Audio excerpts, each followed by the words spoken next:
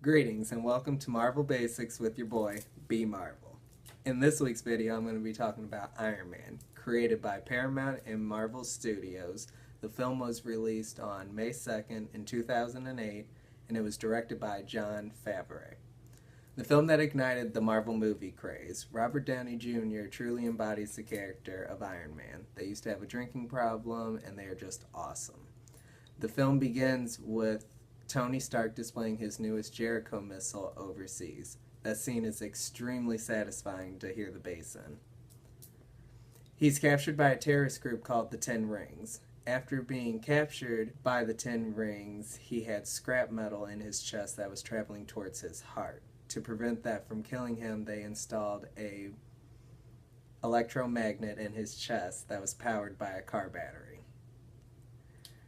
Tony then ditches the car battery and creates his first mini-arc reactor, based off the large one that powers the mighty Stark Industries. Having the power to keep his heart going for 500 years, he starts to forge his first Iron Man suit. The flamethrower is my favorite touch. Fire is always catching.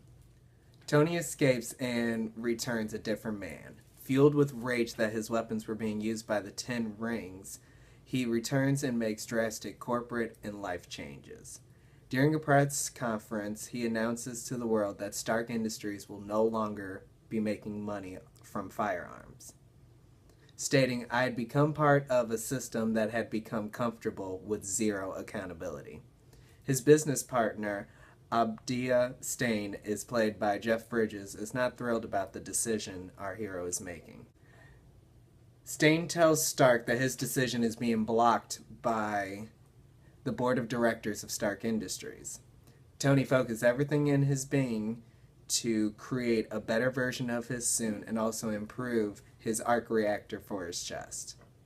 While Stark was at his first public appearance, with Pepper Potts, played by Gwyneth Paltrow, he's visited by reporter Christine Everhart.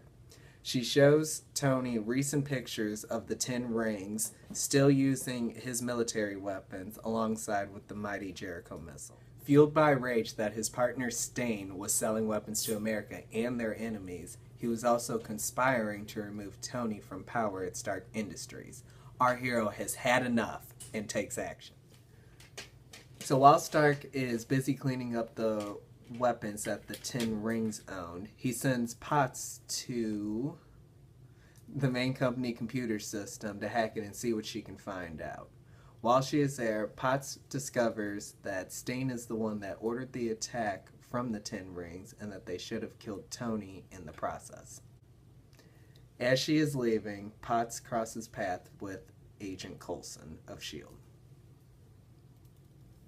Coulson wants to talk to Stark about how he escaped the Ten Rings, and then soon after, the final battle commences.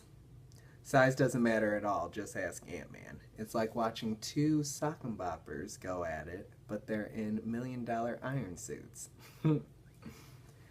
The Ironmonger and Iron Man battle it out. Iron Man comes out victorious. Okay. So S.H.I.E.L.D. is trying to get a handle on things, and instead of giving the false explanation Stark was told to give, he ends the film by saying, "I am Iron Man." Marvel Studios has their first post-credit scene then. You should never leave a Marvel film until after all the credits have rolled out. Tony Stark receives a visit from Nick Fury, which is the director of S.H.I.E.L.D. and is played by Samuel L. Jackson. Fury goes on to tell Tony that he is not the only superhero in the world, and he wants to discuss with him the Avengers Initiative. What a way to start the MCU. So moving on, here are 5 Easter eggs from Iron Man. Easter eggs are unexpected or undocumented features in a movie that includes a joke or a bonus. So first up is the Ten Rings. The Ten Rings is a direct reference to the Mandarin. In the comic books, the Mandarin has 10 alien tech rings on his finger that have different powers, and they vary from controlling lightning to mind manipulation. Number 2 is James Rhodes' ringtone. So when Tony calls James Rhodes, played by Terrence Howard, his ringtone is a mild version of the 1966 Iron Man animated show.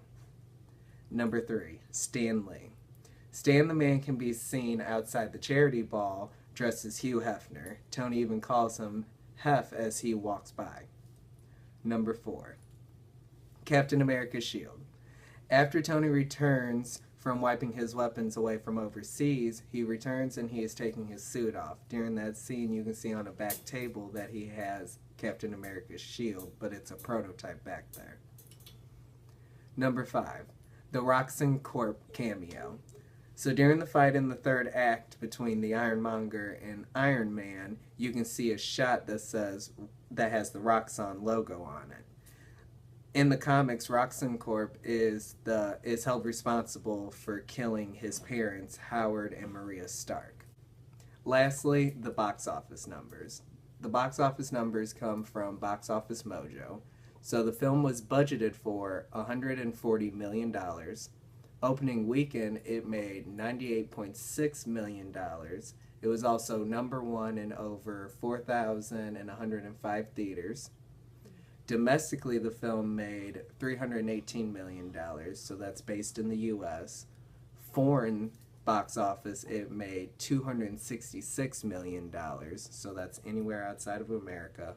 Worldwide combined, it made $585 million. So, do you think that Robert Downey Jr. was the right actor for Iron Man? Do you think Iron Man should have been the first movie to start the Marvel Cinematic Universe? Let me know your thoughts. Make sure to like and subscribe, and I'll see you nerds next time. Thanks.